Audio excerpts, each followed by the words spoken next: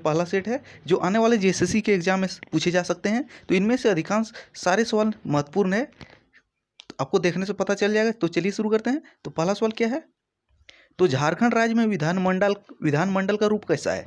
तो झारखंड राज्य में विधानमंडल का रूप एक सदनात्मक है, यानी कि केवल विधानसभा है। तो ऑप्शन ए सही हो जाएगा। दूसरा सवाल क्या है, झारखंड विधानसभा में कुल सदस्यों की संख्या कितनी है।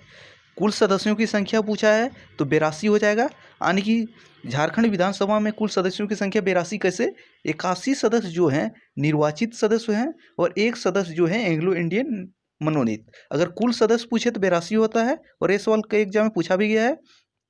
अगला सवाल क्या है, इसी पे बेस्ड है। तो झारखंड विधानसभा में निर्वाचित सदस्यों की संख्या कितनी है। तो निर्वाचित सदस्यों की संख्या 81 है, तो ऑप्शन डी इसका सही हो जाएगा। और एक मनोनीत, तो उसी से तो मनोनीत सदस्यों की संख्या 1 है, ये तो देख चुके हैं, जो एंग्लो इंडियन होता है। अगला क्या है, झारखंड विधानसभा में अनुसूचित जनजाति के लिए कितनी सीटें आरक्षित है, यानी कि एसटी के लिए आरक्षित सीटों की संख्या कितनी है। तो झारखंड विधानसभा में निर्वाचित सीटों की संख्या 81 है। इनमें से जनरल के लिए कितनी है, तो जनरल के लिए 44 है, 28 है और 9 है। तो 28 किसके लिए है, तो एसटी के लिए 28 है और एससी के लिए 9, तो टोटल 81 होता है। तो झारखंड विधानसभा में निर्वाचित सदस्यों की संख्या 81 है। इनमें 44 अनारक्षित यानी कि कोई भी कैटेगरी हो सकते हैं, और 28 सीट एसटी कैंडिडेट के लिए बुक है और 9 एससी कैंडिडेट के लिए बुक है। तो ये है, तो अनुसूचित जनजाति के लिए 28, तो ऑप्शन ए सही हो जाएगा। अगला सवाल क्या है, तो झारखंड राज्यसभा के लिए चुने जाने वाले सदस्यों की कुल संख्या कितनी है। तो झारखंड राज्यसभा सदस्यों की संख्या कितनी है, तो 6। तो झारखंड से राज्यसभा के सदस्यों की संख्या 6 है, और लोकसभा के सदस्यों की बात की जाए तो कितनी है, तो 14। और अगर एक सवाल और पूछा जाता है, तो झारखंड से कुल संसद सदस्यों की संख्या कितनी है, 20। और ये सवाल पूछा गया है, तो 20 कैसे, 6 राज्यसभा और 14 लोकसभा, तो दोनों तो संसद के सदस्य होते हैं ना, यानी कि भले नाम अलग चेंज है, एक निर्वाचित है और एक विधायकों द्वारा चुने जाते हैं। तो टोटल 20 है संसद के सदस्यों की संख्या, इनमें 6 राज्यसभा से और 14 लोकसभा से। अगला क्या है, झारखंड में से लोकसभा के लिए चुने जाने वाले सदस्यों की संख्या कितनी है, तो देख चुके 14। तो झारखंड में 14 लोकसभा के सदस्य हो सकते हैं। इनमें से सीटों का बंटवारा देख लेते हैं। 8 सीट जनरल मोड में हो सकते हैं, यानी कि कोई भी 8 सीटों पर चुनाव लड़ सकता है। 5 सीटों पे एसटी कैंडिडेट ही चुनाव लड़ सकते हैं, और 1 सीटों के लिए एससी के लिए आरक्षित है। तो टोटल लोकसभा के सदस्यों की संख्या 14 है। इनमें से 8 सदस्य कोई भी जाति से हो सकते हैं, यानी कोई भी कैटेगरी से। 5 एसटी होंगे ही होंगे, 5 एसटी के लिए आरक्षित है, और 1 सीट एससी के लिए आरक्षित है। तो एससी के लिए कौन सा सीट आरक्षित है, तो एससी के लिए जो है पलामू लोकसभा सीट आरक्षित है।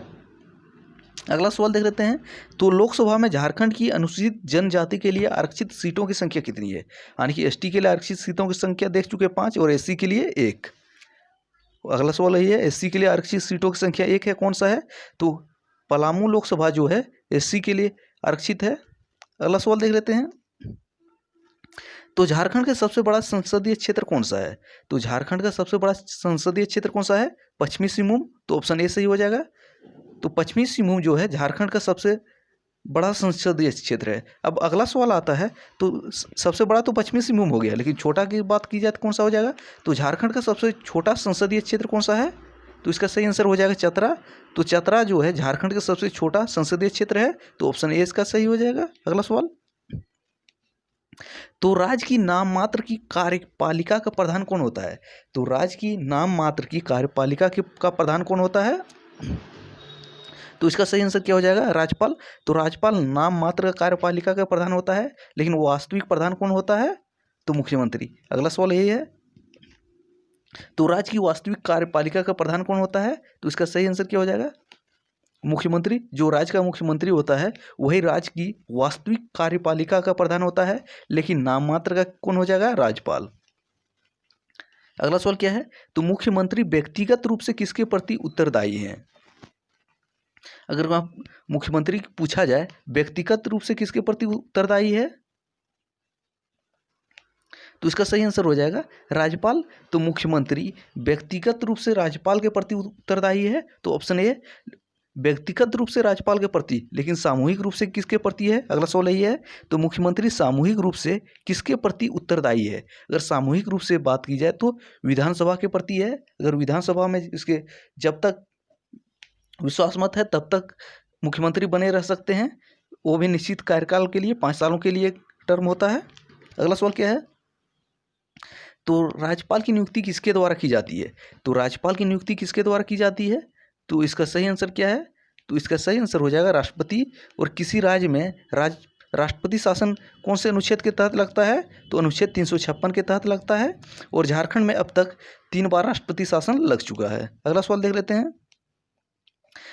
राज्यपाल की नियुक्ति किसके सलाह से की जाती है? तो राज्यपाल की नियुक्ति तो राष्ट्रपति करते हैं, लेकिन नियुक्ति में सलाह किसका रहता है? तो प्रधानमंत्री के नेतृत्व वाली मंत्रिमंडल की सलाह पर राष्ट्रपति नियुक्ति करते हैं, यानी कि प्रधानमंत्री हो जाएगा इसमें। अगला सवाल देख लेते हैं। तो राज्य में संवैधानिक संकट उत्पन्न होने की दशा में राज्यपाल भारतीय संविधान के किस अनुच्छेद के तहत राष्ट्रपति से उस राज्य में राष्ट्रपति शासन लागू करने की सिफारिश कर सकता है? तो राज्य में, सिंपल भाषा में इसको समझिए, तो राज्य में राष्ट्रपति शासन कौन से अनुच्छेद के तहत राज्यपाल लगाने के लिए राष्ट्रपति से सिफारिश कर सकता है? तो अनुच्छेद 356। तो किसी राज्य में राष्ट्रपति शासन कौन से अनुच्छेद के तहत लगता है? तो अनुच्छेद 356 के तहत। तो झारखंड के प्रथम राज्यपाल कौन थे? तो झारखंड के प्रथम राज्यपाल कौन थे? तो इसका सही आंसर हो जाएगा प्रभात कुमार। तो भारतीय प्रशासनिक सेवा के अधिकारी प्रभात कुमार झारखंड के प्रथम राज्यपाल थे। तो ऑप्शन डी इसका सही हो जाएगा। अगर झारखंड के प्रथम मुख्यमंत्री की बात की जाए तो कौन हो जाएगा? तो प्रथम मुख्यमंत्री बाबूलाल मरांडी। तो मुख्यमंत्री की नियुक्ति किसके द्वारा की जाती है? तो मुख्यमंत्री की नियुक्ति किसके द्वारा की जाती है? तो राज्यपाल के द्वारा की जाती है। और व्यक्तिगत रूप से राज्यपाल के प्रति मुख्यमंत्री जिम्मेदार होते हैं, और सामूहिक रूप से विधानसभा के प्रति। अगला सवाल देख लेते हैं। राज्य विधानसभा का सदस्य न होने वाला व्यक्ति भी मुख्यमंत्री के पद पर नियुक्त किया जा सकता है, लेकिन इसके लिए आवश्यकता क्या है? कि वह निर्धारित अवधि के भीतर राज्य विधानसभा के सदस्य निर्वाचित हो जाए। तो सवाल है, जो व्यक्ति राज्य विधानसभा का सदस्य न है वो भी मुख्यमंत्री निर्वाचित हो सकता है, लेकिन इसके लिए टीएनसी क्या है? कितने दिनों के अंदर इसको किसी भी विधानसभा सीट से अपना सदस्यता लेना होगा? तो 6 महीना। तो ऑप्शन बी सही हो जाएगा, 6 महीने के भीतर। तो यहाँ ध्यान देने वाली बात जो है कि राज्य के पहले मुख्यमंत्री कौन थे? बाबूलाल मरांडी। वो भी जब मुख्यमंत्री नियुक्त हुए थे तो उस समय किसी भी विधानसभा सीट से के विधायक नहीं थे, लेकिन 6 महीने के भीतर रामगढ़ उपचुनाव का चुनाव जीत के मुख्यमंत्री बने थे। तो कहाँ का चुनाव जीते थे, ये भी सवाल पूछा गया है, रामगढ़ का उपचुनाव का। तो झारखंड राज्य के प्रथम मुख्यमंत्री कौन थे? बाबूलाल मरांडी। तो ऑप्शन ए सही हो जाएगा। अगला सवाल, 91वें संविधान संशोधन अधिनियम 2003 के अनुसार झारखंड में मुख्यमंत्री सहित मंत्रिपरिषद की कुल सदस्यों की संख्या कितना से अधिक नहीं हो सकती है?